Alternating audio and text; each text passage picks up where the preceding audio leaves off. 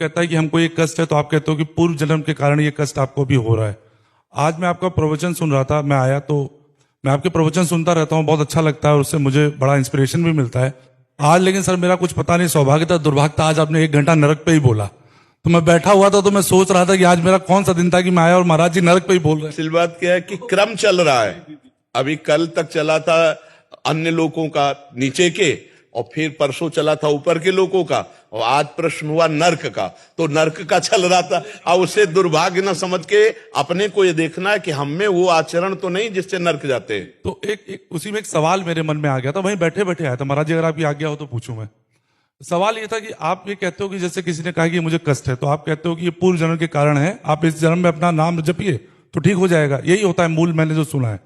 लेकिन जो नरक वाली बात सुनी तब एक कंफ्यूजन ये हुआ कि मृत्यु के बाद अगर हम नरक जा ही रहे हैं और वहां पर हमको वो यातनाएं दी ही जा रही हैं, तो इसका मतलब है कि हमको तो दंड मिल ही रहा है। नहीं, अगर नाम जप करते हो तो नहीं, उसके आगे आप सुनना जी। अगर आज का सुना है, अगर आप कल कृपा करके रुको, तो परीक्षित जी यही प्रश्न करते हैं कि किसी न किसी व्यक्ति से शुभ और अशुभ कर्म बनी जाता है परमहंस जी से, तो क्या सबको नरक जाना पड़ता है? तो उनका नहीं, जो यहां अपने कर्म का प्रायश्चित कर लेता है। जैसे हम कहते हैं कि नाम जप करो, जैसे कोई कहता है हमसे बहुत पाप हो गए, अब मुझे बचा लो, तो हम कहते हैं भगवान की शरण में आओ और नाम जप करो, ये सब नष्ट हो जाएगा। इस बात पर विश्वास करो कि जैसे हम उदाहरण में देते हैं कि वकील और जज, वकालत में पक्का दोषी माना गया और जज ने उसे फांसी की सजा दे दी, लेकिन एक पॉइंट है, वो राष्ट्रपति के द्वारा अपने को माफ करवा सकता है अगर राष्ट्रपति माफ करे। तो इसीलिए श्री भगवान कहते हैं सर्वधर्मान परित्यज्य मामेकम शरणम व्रज अहम त्वाम सर्व पापेभ्यो मोक्षयिष्यामि मा शुचा। ये बातें सुनने को भी उसी को मिलेंगी जो थोड़ा कहीं ना कहीं सात्विक होगा और थोड़ा न कहीं कहीं भागवतिक होगा। अगर वो ये स्वीकार कर ले कि हे भगवान मेरे से बहुत सी गलती हो गई और नाम जप करे, तो निश्चित वो नरक नहीं जाएगा, भगवान को प्राप्त होगा। ऐसा नहीं कि अब हमें जब नरक की सजा मिलनी तो मैं भजन क्यों करूं? नहीं, ये भजन उसका ये है कि शास्त्र की बात को थोड़ा लंबा सुने।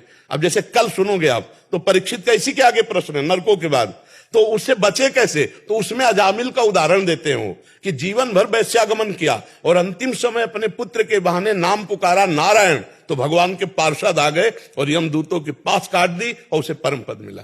आप समझ पा रहे? तो महाराज जी तब तो एक चीज तो ठीक होगी, कम से कम अगला सवाल जो मैंने आपसे पूछा वो परीक्षित जी का भी अगला सवाल था जी। तो एक संयोग का सवाल मैं सही ट्रैक पे हूँ। हाँ बिल्कुल, परीक्षित जी का सवाल पूछा तो सही ट्रैक पे हूँ। अच्छा, परीक्षित का मतलब समझते हो? वो चक्रवर्ती राजा हैं, वो प्रजा के कोई भी संशय को वो अपने में लाकर पूछ रहे हैं कि आगे आप परमहंस बोल रहे हो, आगे कोई प्रजा हमारी प्रश्न करे तो हम उस प्रश्न को पहले करके आप जैसे महापुरुष से उत्तर निकलवा लेते हैं। तो वो पहले से ही लिखा हुआ है, जैसे आपके मन में प्रश्न आया ना, ऐसे परीक्षित जी ने प्रश्न किया। तो अच्छा, कहीं ना कहीं आप भगवान के हो, कहीं ना कहीं धर्म का आश्रय लिए हो, नहीं यहाँ काहे को आते, तो आपकी भी गति चलेगी तो धर्म की तरफ ही, ऐसा तो नहीं कि अधर्म की तरफ चलेगी। हाँ जरूर एक अलग स्वभाव होता है, एक होता है अंधविश्वास करके मान करके चल लेना, और एक होता है थोड़ा ठोक बजा करके देखना। तो वो थोड़ा बुद्धि प्रदान होता है और वो थोड़ा हृदय प्रदान होता है। बस दिन है तो दिन है, रात है तो रात है, ये होती पूर्ण शरणागति।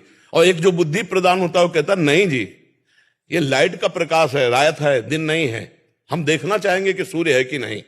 और एक होता है कि भगवान आपने कह दिया, उसे शरणागति कहते हैं। शायद अभी बुद्धि के हिसाब से थोड़ा ज्यादा चल रहा हूँ, हो सकता है कि वो शरणा वाली आ जाओगे। वो जब फिसलेगी बुद्धि ना, तो शरण में आ जाएगी, क्योंकि धर्म में है। अधर्ममय बुद्धि तो अधर्म की तरफ भागती, धर्ममय फिसलेगी तो भगवान ही धर्म स्वरूप है, वो भगवान संभाल लेते। आपको सुनते रहते हैं तो बहुत जिज्ञासा। पहले इस बात का समाधान पाइए। आपने पूछा कि पूर्व जन्म का जो कर्म है वो आप कहते हो नाम जप करो तो नष्ट हो, आपको समाधान है इस बात का? समझा दिया सर। हाँ, इसको और समझना है कि जैसे बालक जो है माँ के गर्भ से निकलता है, उसकी एक आंख खराब होती है।